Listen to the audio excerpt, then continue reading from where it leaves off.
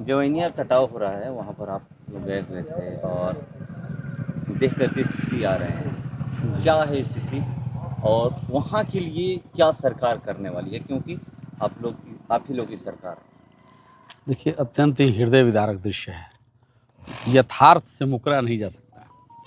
भगवती माँ गंगे जो हैं रौद्र रूप में हैं और अनेक घर जलमग्न हो चुके हैं। निश्चित रूप से यह कठिन समय है जिसे राजनीतिक शब्दों से नहीं पाटा जा सकता है। और भगवती से हम लोग की प्रार्थना की कि माँ कुछ कृपा करो इन गांव वालों पे। और हमारे सिविल एसटीएम अधिकारी अन्य लोगों से हमने जैसा कि पूछताछ की, हमारे जदयू के सभी मजबूत स्तंभ लोग हैं जो आज सिपाही के रूप में सुबह से ही लगे हुए हैं कि क्या हम व्यवस्था कर सकते हैं। तो सरकार अपने स्तर से जो व्यवस्था है, वैकल्पिक व्यवस्था, राहत सामग्री, किचन, कई व्यवस्था हम लोग जैसे बढ़ा के आए कि भाई लंगर उंगर बढ़ा दीजिए, बच्चे हैं छोटे छोटे, सामान मालवाहक लगता है कि सैकड़ों, अब देखिए इधर दिखाइएगा तो सैकड़ों मालवाहक लोग पलायन कर रहे हैं। स्थिति ये है, पिकअप पे लगातार पिकअप रुक नहीं रहा है। तो स्थिति के बारे में कहिए तो स्थिति अत्यंत हृदय, लेकिन सरकार क्या करने वाली है, सरकार को इसका अस्थायी निदान करना होगा। सरकारी तंत्र पूरी तरह से मुस्तैद है, लेकिन सरकार इसका अस्थायी निदान ढूंढे। इसका अस्थायी निदान क्या होगा, आज हम लोग अपनी पक्ष, अपना रिपोर्ट, अपना प्रतिवेदन जदयू शाहपुर की ओर से प्रदेश कार्यालय में देंगे और माननीय मुख्यमंत्री जी को भी शाम में हम चाहेंगे, प्रयास करेंगे अपनी बात वहाँ हम पहुँचा दें। इसलिए कभी इससे बड़ा आपदा नहीं हो सकता है। और पिछले साल भी 50 या 60 59 घर जलमग्न हुए थे। कुछ लोग को आपदा जो राहत राशि है वो नहीं मिल पाया, 5 या 4-5 लोग वंचित रह गए। 64 टोटल थे, उनमें 5 को नहीं मिल पाया। 64 लोगों को मिला था। जी जी जी। और 29 लोगों को घर भी मिला है, मतलब जमीन मिला है। जी जी जी। मगर उसके बावजूद भी अभी बहुत सारे ऐसे लोग हैं, गांव तो वीरान होने वाला है। जी जी। अभी सब लोग निकल कर जा रहे हैं। अब इसकी कल्पना कीजिए आप, कृष्णा जी, आप तो बहुत कर्मठ पत्रकार हैं, आपके चैनल सुबह से ही लगा है। इस बुजुर्ग अवस्था में भी हम लोग, अभी जो गार्जियन है लोग, हम लोग चर्चा कर रहे थे कि जिसका आसरा 2 बीघा खेत हो, 1 बीघा खेत हो, जिससे उसका उपार्जन हो रहा हो, उसका क्या होगा। उसका खेत तो चला ही गया और घर का हमको लगता है कि आधा किलोमीटर से ज़्यादा कटाव हो चुका है। तो इस घड़ी में सरकार को निश्चित रूप से, और सरकार हमारे, देखिए नीतीश कुमार जी की सरकार है, वो पैनिक है, वो निश्चित रूप से परेशान है कि कैसे क्या होगा। और हमको लगता है कि विस्थापितों को अलग विस्थापित करके अलग उनके रहने के लिए अलग वैकल्पिक व्यवस्था की ज़मीन या जो भी राहत राशि हो, राहत राशि क्या दे पाइएगा आप, लेकिन जो भी सरकार से होगा अपने स्तर से। अभी हम लोग गए तो बोले भाई बच्चों के लिए दूध, मवेशी के लिए चारा वारा और पिकअप वगैरह व्यवस्था, माल वाहक 3-4 जगह हम लोग कहे कि 3 जगह किचन कम से कम स्टार्ट कीजिए। अधिकारी को, सिविल एसडीएम से सबके सामने हमारी बात हुई। तो सरकार अपने स्तर से लगी है। यह प्राकृतिक आपदा है। अब स्थिति अत्यंत हृदय विदारक है। हम प्रकृति से, माँ से भी चाहेंगे कि माँ अब क्षमा करो, और सरकार से भी जा करके कह रहे कि आप थोड़ा सा इस पर, थोड़ा नहीं गंभीर रूप से इस पर लगिए ताकि लोग इस संकट से उबर सकें। जो गांव है, गांव के लोगों का कहना है कि जो आपकी सरकार 9.5 करोड़ रुपया से जो ठोकर बन बनवा रही थी, वो काम सही नहीं हुआ वहाँ पे। देखिए, ये संज्ञान में हमारे मामला आया है। बहुत लोगों ने कहा कि ऐसे हुआ। हमने कहा कि देखिए, नीतीश कुमार की सरकार न फंसाती है न बचाती है। आपको तत्काल वो काम वहाँ रोक देना चाहिए, और निश्चित रूप से अगर गलती हुई है तो उसकी जांच भी होगी और दोषी नपेंगे। निश्चित रूप से निश्चिंत रहिए। आपके चैनल के माध्यम से मैं बताऊंगा कि नीतीश कुमार जी किसी को बख्शने वाले नहीं हैं। अगर गलती हुआ, हालांकि अस्थायी निदान, हमने पहले ही कहा कि इसका अस्थायी निदान कुछ हो, अस्थायी निदान से नहीं होगा। और अगर गलतियां हुई हैं तो इसकी सज़ा मिलेगी जिसने गलती किया है। मगर यहाँ के वर्तमान जो सांसद है सुदामा प्रसाद, वो निरीक्षण करने गए थे जी, और बोले थे कि हाँ काम यहाँ पर अच्छा हो रहा है। काम अच्छा हो रहा है। अब सांसद महोदय की बात ही, भाई हमारे यहाँ से 2 बार विधायक रहे हैं।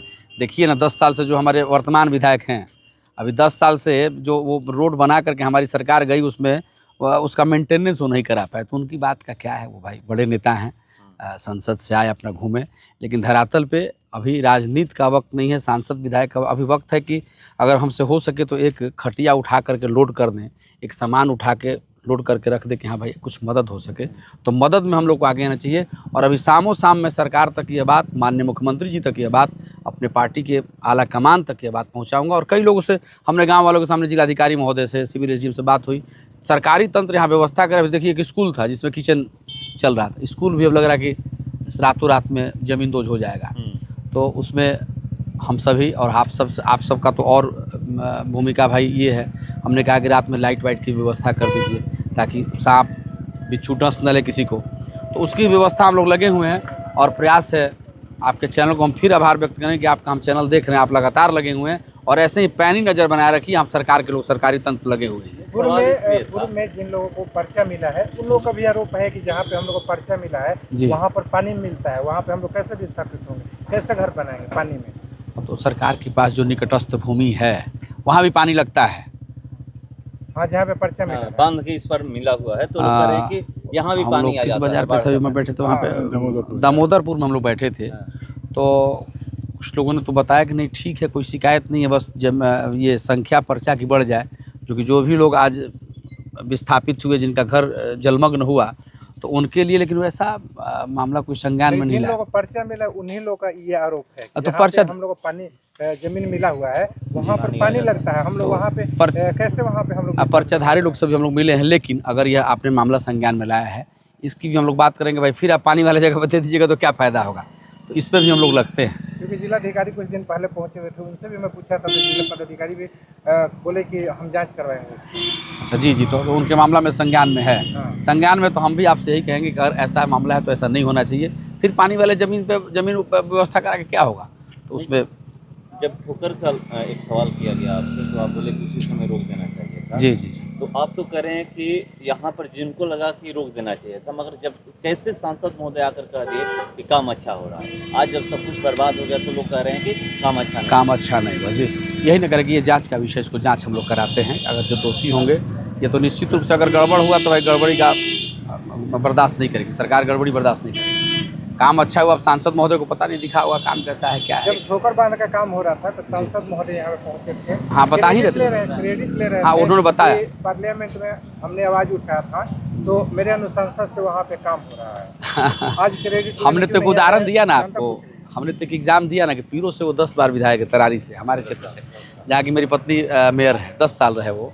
जरा जाके देखिए, अभी भी देख लीजिए संजोग से, लेकिन 3 महीना में वो रोड कालीकरण हो जाएगा। काम करने की इच्छा शक्ति होगी, क्या काम कराते हैं वो तो अपना रोना ही रोते हैं, तो उनकी बात अलग है। हम लोग आपसे जो आज मिला, जो भी हम लोग फीडबैक लिए, जो यहाँ की कमियां हैं उसको दूर करने का प्रयास हम लोग जाकर माननीय मुख्यमंत्री जी को बताएंगे और आशा करते हैं कि एक आखिरी सवाल है। सवाल ये है कि वहाँ के लोगों का ये भी कहना है कि जवैनिया गाँव का नाम न लो, जहाँ भी हम लोग को बसाया जाए वहाँ पर जवैनिया गाँव ही नाम रखा जाए। चलिए, ये आपके माध्यम से, आपके चैनल, चूँकि आप तत्पर हैं इसलिए आपके माध्यम से यह जानकारी आया, हमारे संज्ञान में आया।